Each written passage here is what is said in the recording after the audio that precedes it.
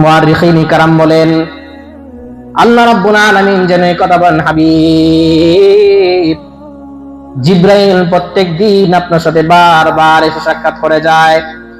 আমার পক্ষ থেকে কোরআনে কারীমের আয়াতগুলো, আমার পক্ষ থেকে হুকুমগুলো আপনার কাছে নিয়ে আসে, সবগুলো আপনার কাছে দেয়। ইয়া রাসূলুল্লাহ, জিবরাইল বারবার আপনাকে দেখতে পারে, আপনার সাথে কথা বলতে পারে। এই জন্য আল্লাহ রাব্বুল আলামিন کرام বলেন, আল্লাহ রাব্বুল আলামিন যেন এই কথা বলেন, হাবিব জিবরাইল প্রত্যেকদিন আপনার সাথে বারবার এসে সাক্ষাৎ করে যায়। আমার পক্ষ থেকে কোরআনে কারীমের আয়াতগুলো, আমার পক্ষ থেকে হুকুমগুলো আপনার কাছে নিয়ে আসে, সবগুলো আপনার কাছে দেয়। ইয়া রাসূলুল্লাহ, জিবরাইল বারবার আপনাকে দেখতে পারে, আপনার সাথে কথা বলতে পারে। এই জন্য আল্লাহ রাব্বুল আলামিন চাইলেন তার হাবিব মুহাম্মদ আরবি সাল্লাল্লাহু আলাইহি ওয়াসাল্লামকে তার বাড়িতে নিয়া আল্লাহ রাব্বুল আলামিন চাইলেন যে তিনি তার সামনাসামনি তাকে মহব্বতের নজরে দিয়ে দেখবেন। শুধু তাই না, আল্লাহ রাব্বুল আলামিন তার হাবিব সাল্লাল্লাহু আলাইহি ওয়াসাল্লামকে একটা নাম দিয়েছেন, নাম হলো রাহমাতাল লিল আলামিন। সমস্ত সৃষ্টি জগতের জন্য রহমত নবী, সমস্ত সৃষ্টি জগতের জন্য নবী রাসূল, সমস্ত সৃষ্টি জগতের জন্য নবী নবী।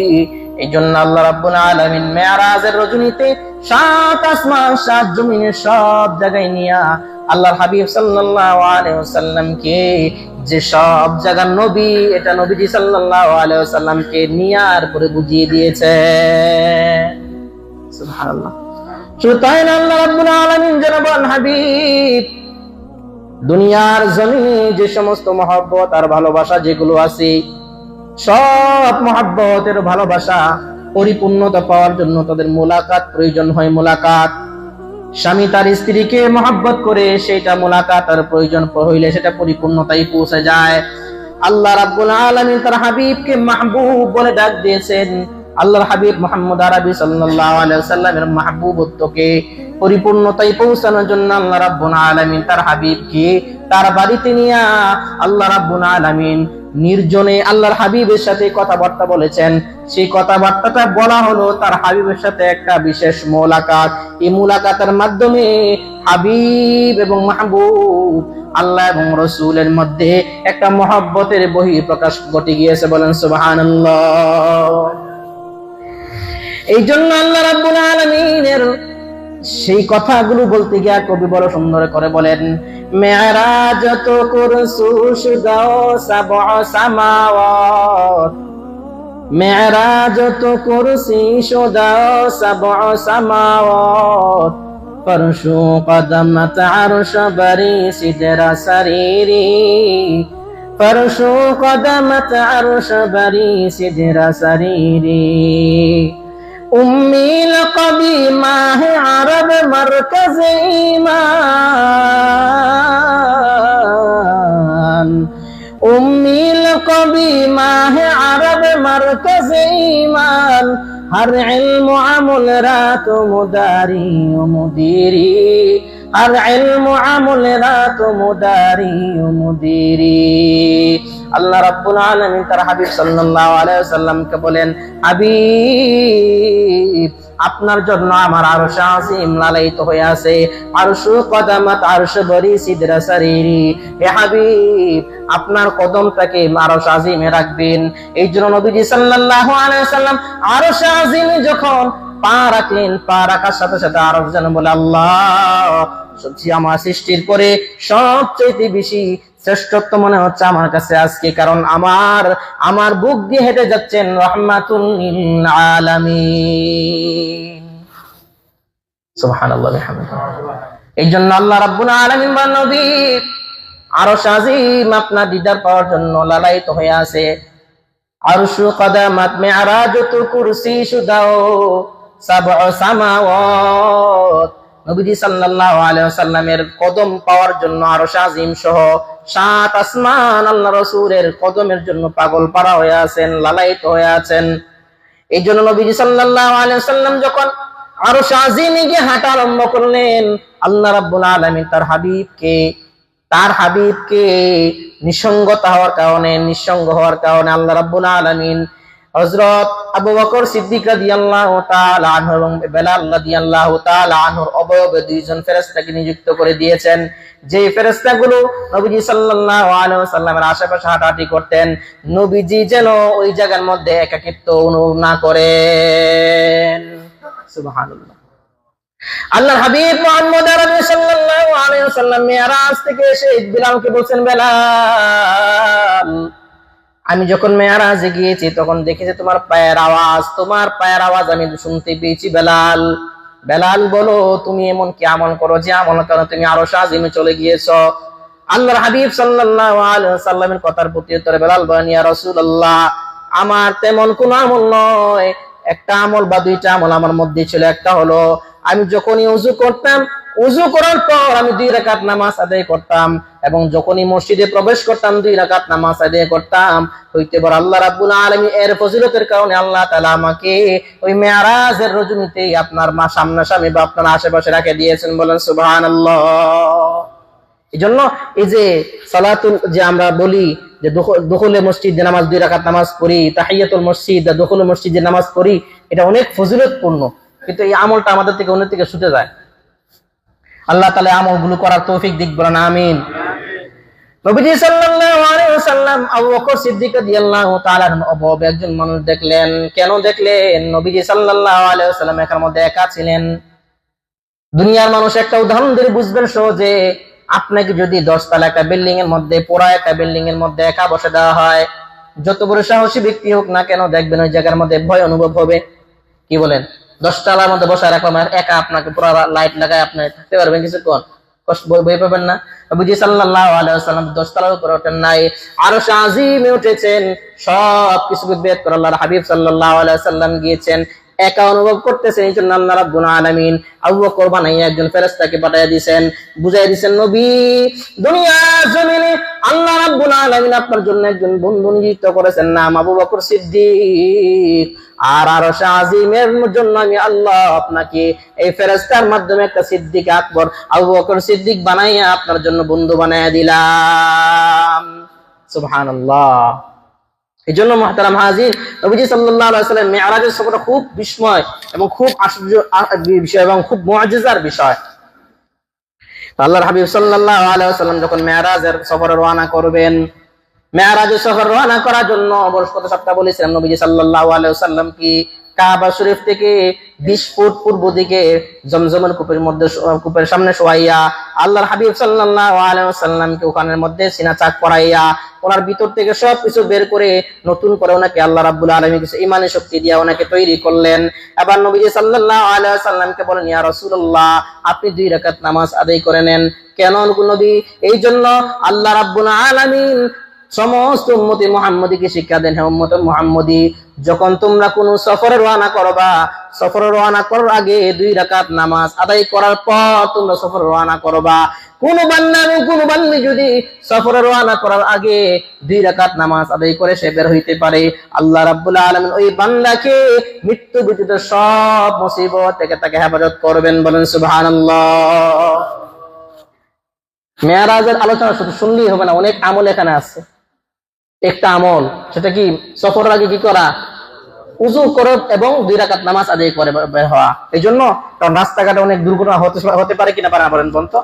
এখন দেখা যায় যদি আপনার এমন হয়ে যায় জীবনের শেষ সফর, আপনি উযু অবস্থায় বের হইলে আপনার জীবনটা শেষ উযু অবস্থায়, এবং নামাজ পড়া বের হইলে তাহলে আপনার শেষ আমল হইল কি? নামাজ। এই জন্য কোন সফরে কোথাও গেলে আমরা 2 রাকাত নামাজ আদায় করবো, 2 উযু করে বের হবো। রাজি আছেন ইনশাআল্লাহ? আল্লাহ তৌফিক দান করবেন, আমিন। এরপর নবীজি সাল্লাল্লাহু আলাইহি ওয়াসাল্লাম বুরাক নিয়ে আসা হইল। বুরাকে বর্ণনা অনেক দেওয়া যাবে। বুরাকে বর্ণনা হলো সহজ ভাবে বললে একটা ছোট একটা গুড়ার চেয়ে একটু ছোট এবং খচ্চরের চেয়ে একটু বড়। আল্লাহ রাব্বুল আলামিনের হাবিব যখন এই মেরাজের রজনীতে এখানে মধ্যে উঠতেছেন, বুরাক লাফাতে আরম্ভ করেছে। তিরমিজি শরীফের হাদিসে আছে বুরাক শুধু লাফাইতে আরম্ভ করেছে। জিবরাইল ডাক দিয়ে বলছে, হে বুরাক, বুরাক, মনে রাখবা, আজকে তোমার উপরে যে সওয়ার হওয়ার জন্য আসছে সে সাধারণ কোনো মানুষ নয়, আল্লাহর পরে সৃষ্টিজীবের সবার উপরে আল্লাহ রাব্বুল আলামিন তার মাকাম রেখেছেন। সব শ্রেষ্ঠ মানুষ মহামানব তোমার সামনে আসছে, তুমি কেন লাফালাফি করতেছ? বুরাকের জমান খুলে যায়, বুরাক ডাক দেয়, কয় জিবরাইল আমি আমার অবস্থানের জন্য আমি ক্ষমা চাইতেছি, কিন্তু আমার একটা আশা আছে। সেই আশাটা হইল আল্লাহর হাবিব সাল্লাল্লাহু আলাইহি ওয়াসাল্লাম শুধুমাত্র আজকে আমার বাবা পিঠে উঠবেন এমন নয়, যেদিন জান্নাতে চলে যাবেন ওই দিন হাবিবে কিবরিয়া সাল্লাল্লাহু আলাইহি ওয়াসাল্লাম আমার পিঠে উঠে যেন জান্নাতে যায়, এই কথার ওয়াদা যদি দেয় তাহলে আমি বুরাক থেমে যাব। বলেন সুবহানাল্লাহ। আল্লাহ রাব্বুল আলামিন মেনে নিলেন, নবীজি মেনে নিলেন। এরপরে বুরাককে বললো, বুরাক চলতে আরম্ভ করো। বুরাক চলতে আরম্ভ করেছে। এর আগে একটা ঘটনা ঘটে গিয়েছে, সেটা হলো বুরাক ঘামছিল। এটার ব্যাখ্যায় মুহাদ্দিসিনে কারাম বলেন, নবুয়তের রাসূল আকরাম সাল্লাল্লাহু আলাইহি ওয়াসাল্লাম যখন তার পিঠের মধ্যে উঠছে তখন বুরাক ঘামতে আরম্ভ করেছিল। কেন? অনেক কারণের মধ্যে এটা একটা কারণ যে নবীজি সাল্লাল্লাহু আলাইহি ওয়াসাল্লামের কারণে, লজ্জার কারণে নবীজির সাথে যে ব্যবহার করেছে, লাফালাফি করেছে, এই জন্য লজ্জার কারণে তার ঘাম বের হয়ে তার লজ্জাটাকে নির্মাণ করেছেন। এই জন্য যে নবীজি সাল্লাল্লাহু আলাইহি ওয়াসাল্লামকে বুঝাইছেন, নবী আপনাকে আমি বড় মহব্বত করি, মায়া করি। নবী আপনার সাথে বেয়াদবি করার উদ্দেশ্য আমার ছিল না, মহব্বত প্রকাশ উদ্দেশ্য ছিল। যেহেতু আমার জবান নাই, এই জন্য আমি আমার দেহের মাধ্যমে, লড়াচড়ার মাধ্যমে আপনার শানটাকে বোঝানোর চেষ্টা করেছি। সুবহানাল্লাহ। আবার নবীজি সাল্লাল্লাহু আলাইহি ওয়াসাল্লাম চলতে আরম্ভ করলেন। মাঝখানে অনেক ঘটনা ঘটে গিয়েছে, সবগুলো বলা যাবে না, মূল বিষয়গুলো বলে সামনে আগাবো ইনশাআল্লাহ। নবীজি সাল্লাল্লাহু আলাইহি ওয়াসাল্লাম রওনা করেছেন কতটুক দূরে? বাইতুল মুকাদ্দাসে রওনা করেছেন। বাইতুল মুকাদ্দাসে রওনা করেছেন নবীজি। যখন রওনা করেছেন বাইতুল মুকাদ্দাসে, ওই অবস্থায় আল্লাহর হাবিব মুহাম্মদ আরবি সাল্লাল্লাহু আলাইহি ওয়াসাল্লাম কি মাঝখানে অনেক ঘটনা ঘটার পর এক জায়গার মধ্যে এমন হয়েছে, নবীজি সাল্লাল্লাহু আলাইহি ওয়াসাল্লামকে একজন বৃদ্ধা মহিলা, তার শরীরের মধ্যে অলংকার ছিল সুন্দর কাপড়ে এবং সুন্দর অলংকারে সুসজ্জিত একটা মহিলা মুহাম্মদ সাল্লাল্লাহু আলাইহি ওয়াসাল্লামকে ডাক দেয়, ইয়া মুহাম্মদ, হে মুহাম্মদ তাআল মিন্নি উনজুর ইলাইয়া, হে মুহাম্মদ আমার দিকে আসো, আমার দিকে নজর করো, আমার দিকে দেখো। আল্লাহর হাবিব সাল্লাল্লাহু আলাইহি ওয়াসাল্লামকে জিবরাইল ডাক দেয়, বলছেন, ইয়া রাসূলুল্লাহ, ইয়া হাবিবাল্লাহ, এই সুন্দরী মহিলা আপনাকে ডাকতেছে, সাবধান, সুন্দরী মহিলার দিকে আপনি তাকাবেন না, সাবধান, নিষেধ করা হইল। আল্লাহর হাবিব সাল্লাল্লাহু আলাইহি ওয়াসাল্লাম না তাকাইয়া সামনে চলতে আরম্ভ করেছেন। এরপরে আল্লাহর হাবিব সাল্লাল্লাহু আলাইহি ওয়াসাল্লাম কিছুক্ষণ চলার পর একজন বৃদ্ধ পুরুষ নবীজি সাল্লাল্লাহু আলাইহি ওয়াসাল্লামের দিকে তাকাইয়া ডাক দেয়, ইয়া মুহাম্মদ, হে মুহাম্মদ তাআল মিন্নি উনজুর ইলাইয়া, হে মুহাম্মদ আমার দিকে আসো, আমার দিকে নজর করো। যখন এই কথা বলল, জিবরাইল ডাক দেয়া বলল, ইয়া রাসূলুল্লাহ সাবধান, আপনি কিন্তু তার দিকে তাকাবেন না, তার সাথে কথাও বলবেন না, সে সালাম দিলে সালামের জবাব দিবেন না, সামনের দিকে চলতে আরম্ভ করেন। নবীজি সাল্লাল্লাহু আলাইহি ওয়াসাল্লাম চলতে আরম্ভ করলেন। কিছুক্ষণ পর একটা বড় জামাত নবীজি সাল্লাল্লাহু আলাইহি ওয়াসাল্লামকে সালাম দেয়, আসসালামু আলাইকা ইয়া আউয়াল, আসসালামু আলাইকা ইয়া আখির, আসসালামু আলাইকা ইয়া হাশির। নবীজি সাল্লাল্লাহু আলাইহি ওয়াসাল্লামকে তিনটা শব্দ দিয়ে যখন ডাক দেয়, সালাম দেয়, নবীজিকে জিবরাইল ডাক দেয়, কয় নবী এরা অন্য কেউ নয়, নবীর সমস্ত নবীরা আপনাকে সালাম দেওয়ার জন্য উপস্থিত হয়েছে, নবীজি মেহেরবানি করে নবীদের সালামের জবাব দিয়ে দেন। সুবহানাল্লাহ। সমস্ত নবীদের পক্ষ থেকে তিনটা শব্দের মাধ্যমে সালাম দেওয়া হয়েছে। এক নম্বর, আসসালামু আলাইকা ইয়া আউয়াল, হে প্রথম নবী আপনাকে সালাম। আসসালামু আলাইকা ইয়া আখির, হে শেষ নবী আপনাকে সালাম। আসসালামু আলাইকা ইয়া হাশির, হে হাশির সুপারিশ করনে वाला নবী আপনাকে সালাম। বলেন সুবহানাল্লাহ। সমস্ত নবীরা নবীজি সাল্লাল্লাহু আলাইহি ওয়াসাল্লামকে নবী মেনেছেন এবং তাকে সালাম দিয়েছেন। নবীজি সাল্লাল্লাহু আলাইহি ওয়াসাল্লাম রওনা করে যখন বাইতুল মুকাদ্দাসে গেলেন, বাইতুল মুকাদ্দাসে যাওয়ার পর নবীজি সাল্লাল্লাহু আলাইহি ওয়াসাল্লাম সর্বপ্রথম নবীজি সাল্লাল্লাহু আলাইহি ওয়াসাল্লাম কি এর বুরাকটাকে এক জায়গায় রেখে দেওয়া হয়েছে। বুরাকটা কেমনে রাখছে? তারিখের কিতাবের মধ্যে আছে বুরাকটাকে একটা পাথরের সাথে আল্লাহ বাইধা রাখা হয়েছে। জিব্রাইল ওই আঙ্গুল দিয়া পাথরের মধ্যে ছিদ্র করে, ওই পাথরের মধ্যে ছিদ্র করে ওখানের মধ্যে রেখে দিয়েছেন, ওখানের মধ্যে রশি দিয়ে বেঁধে ফেলেছেন। প্রশ্ন আসতে পারে, হুজুর বুরাক তো পালিয়ে যাবে না, এরপরও কেন এখানের মধ্যে বেঁধে রাখা হয়েছে? এই জন্য রাখা হয়েছে, সমস্ত মানুষকে আল্লাহ রাব্বুল আলামিন শিক্ষা দিলেন, হে দুনিয়ার মানুষ শুনো শুনো শুনো, তোমরা দুনিয়ার অনেক কিছু করবা, আল্লাহর ইবাদত করার জন্য বিভিন্ন জায়গায় যাইবা। নবীজি সাল্লাল্লাহু আলাইহি ওয়াসাল্লামের বুরাকটা যদিও পালিয়ে যাবে না, কিন্তু এরপর নবীজি সাল্লাল্লাহু আলাইহি ওয়াসাল্লাম এটাকে বাঁধলেন। কারণ হলো, তুমি যখন মসজিদে যাইবা, মসজিদে যাওয়ার পরে তোমার জুতাগুলো, তোমার আসবাবপত্রগুলো তোমাকে রক্ষা করে চলতে হবে। অর্থাৎ এটা আমি একটা উদাহরণ দিলাম, যে কোনো কাজে আপনার নিজের নিরাপত্তা, নিজের আসবাবের দায়িত্ব আপনাকে নিতে হবে, এটা বোঝানো হয়েছে। না হয় নবী সাল্লাল্লাহু আলাইহি ওয়াসাল্লাম ওখানে বুরাক বাঁধার প্রয়োজন ছিল না, নবীজি বাঁধছেন, বুঝাইছেন যে তোমার নিরাপত্তা তোমাকে দেখতে হবে, তোমার সবকিছু আল্লাহর উপর তাওয়াক্কুল করলে হবে না, নিজেরও চেষ্টা করতে হবে। বুঝে আসছে কিনা ভাই? এই জন্য আমরা মসজিদে আসি, বিভিন্ন জায়গায় যাই, বিভিন্ন সময় করি, দেখা যায় একটা জিনিস হয়ে গেলে তখন মসজিদে জুতো চুরি হয় না, বলে দেখা যায় হুজুরে দোষ দেয়, ইমাম সাহেব দোষ দেয়, মসজিদ দোষ দেয়, ইমাম মসজিদে গেছিলাম জুতো চুরি হয়ে গেছে, তো মসজিদে গেছে জন্য মসজিদের দোষ বলেন? তাহলে আমার নিজের রক্ষণাবেক্ষণ আমার নিজেকেই করতে হবে, এটা আমাকে করতে হবে। আমি যে জায়গায় রাখলাম আমার জিনিসটা ভালো থাকবে, সেই জায়গায় রাখতে হবে। এই যে শিক্ষা দেওয়া হয়েছে। নবীজি সাল্লাল্লাহু আলাইহি ওয়াসাল্লামকে এরপরে তিন প্রকার বা 4 প্রকার শরবত দেওয়া হয়। 1 নম্বর পানি, 2 নম্বর মদ, 3 নম্বর মধু, 4 নম্বর দুধ। নবীজি সাল্লাল্লাহু আলাইহি ওয়াসাল্লামকে 4 প্রকারের পানীয় দেওয়া হয় পান করার জন্য। নবীজি সাল্লাল্লাহু আলাইহি ওয়াসাল্লাম পানি পান করেন নাই, মদ পান করেন নাই, দুধ পান করেছেন এবং আর মধু পান করেন নাই, দুধ পান করেছেন। কেন?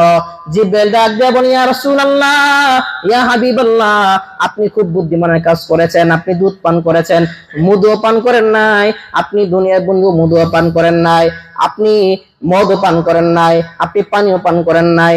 কারণ হলো আল্লাহ রাব্বুল আলামিনের পক্ষ থেকে দুনিয়ার জমিনে বিশেষ কুদরতের মাধ্যমে যে নিয়ামতটা দেওয়া হয়, এটার নাম হলো দুধ। দুধের মধ্যে আল্লাহ রাব্বুল আলামিন অসংখ্য অগণিত উপকারিতা রেখে দিয়েছেন, বলেন সুবহানাল্লাহ। কোরআনে কারীমে আল্লাহ রাব্বুল আলামিন এই দুধের ফজিলত বলে দিয়েছেন, নবীজি সাল্লাল্লাহু আলাইহি ওয়াসাল্লাম বলেছেন। এই জন্য দুধ দিয়ে অনেক কিছু বোঝানো হয়। কোন ব্যক্তি যদি স্বপ্নের মধ্যে দেখে দুধ পান করতেছে, যারা তাবির করেন, মুতাবির ব্যক্তিরা বলেন, শুনো শুনো শুনো, যে সমস্ত ব্যক্তিরা স্বপ্নের মধ্যে দুধ পান করে, আল্লাহ রাব্বুল আলামিন ওই সমস্ত ব্যক্তিদেরকে অগাধ জ্ঞান, আসমানে জ্ঞান দ্বারা তাদেরকে পরিপূর্ণ করে দিবেন। সুবহানাল্লাহ। এই জন্য দুধ অনেক গুরুত্বপূর্ণ, দুধের অনেক ফজিলত আছে। নবীজি হাদিসে বলেছেন, আল্লাহ তাআলা কোরআনে বলেছেন। এই জন্য নবীজি সর্বপ্রথম কি পান করেছেন? দুধ পান করেছেন। এরপর নবী সাল্লাল্লাহু আলাইহি ওয়াসাল্লাম প্রশ্ন করেন, জিবরাইল, মাঝখানে 2 জন ব্যক্তিকে আমি দেখলাম, একজন ব্যক্তিকে পাইলাম, যে ব্যক্তিটা বৃদ্ধা মহিলা কিন্তু তার পোশাক সুসজ্জিত, এই ব্যক্তিটা কে? এবং একজন বৃদ্ধ পুরুষ দেখলাম, যে পুরুষটা আমাকে ডাকছিল, এই ব্যক্তিটা কে? জিবরাইল জবাব দিয়ে দাও। মুহতারাম হাজিরিন, আল্লাহর হাবিব সাল্লাল্লাহু আলাইহি ওয়াসাল্লামের কাছে যখন প্রশ্ন করা হয়, আল্লাহর হাবিব সাল্লাল্লাহু আলাইহি ওয়াসাল্লাম যখন প্রশ্ন করেন জিবরাইল কি, জিবরাইল বলেন, ইয়া রাসূলুল্লাহ, যে মহিলাটাকে আপনি দেখেছেন বৃদ্ধা এবং তার শরীরের মধ্যে অনেক অলংকার আচ্ছন্ন আছে, সুন্দর দেখতে দেখা যায়, এটা কে জানেননি? এটা অন্য কেউ নয়, এটা হলো দুনিয়া। দুনিয়াকে বৃদ্ধার আকার ধারণ করা হয়েছে, কারণ হলো দুনিয়ার হায়াত বেশি বাকি না, দুনিয়া ধ্বংস হয়ে যাবে অতি তাড়াতাড়ি। আপনি আসাটাও দুনিয়া ধ্বংস হওয়ার একটা কারণ। এই জন্য নবীজি সাল্লাল্লাহু আলাইহি ওয়াসাল্লামকে আল্লাহ রাব্বুল আলামিন বৃদ্ধা আকার ধারণ করায়া দুনিয়াকে তার সামনে উপস্থাপন করেছেন। ইয়া রাসূলুল্লাহ, আপনি যদি এই মহিলাটাকে সাড়া দিতেন, তাহলে আপনার উম্মত সবগুলো দুনিয়ামুখী হয়ে যেত। এই জন্য আল্লাহ রাব্বুল আলামিনের পক্ষ থেকে নিষেধ করা হয়েছে, আপনি যেন তার ডাকে সাড়া না দেন। জিবরাইলকে প্রশ্ন করা হয়, হে জিবরাইল, বলো এই মহিলাটা কেন এত সুন্দর সুন্দর কাপড় পরিধান করে আছে, এরকম সজ্জিত হয়ে আছে অলংকারাদি দিয়া? আল্লাহ রাসূল সাল্লাল্লাহু আলাইহি ওয়াসাল্লামের কথার উত্তরে জিবরাইল বলেন, ইয়া রাসূলুল্লাহ, এই মহিলাটা এই জন্য যে দুনিয়া যা কিছু আছে সব চাকচিক্যময়, দুনিয়ার সব কিছু আছে চাকচিক্যময়, সব উপরে সৌন্দর্য, ভিতরে কোনো সৌন্দর্য নাই, কোনো কিছু নাই। বৃদ্ধা মহিলার কাছে যেমন ভাবে অলংকার পরলে অলংকারই সুন্দর দেখা যায়, বৃদ্ধা মহিলার কাছে কোনো কিছু পাওয়ার আশা থাকে না, ঠিক তেমনি ভাবে দুনিয়া একটা শুধুমাত্র দুনিয়ার মধ্যে একটা ধোঁকা, সুন্দর জিনিস দেখলে যদি পাগল হয়ে যায় তাহলে সে ধ্বংস হয়ে যাবে।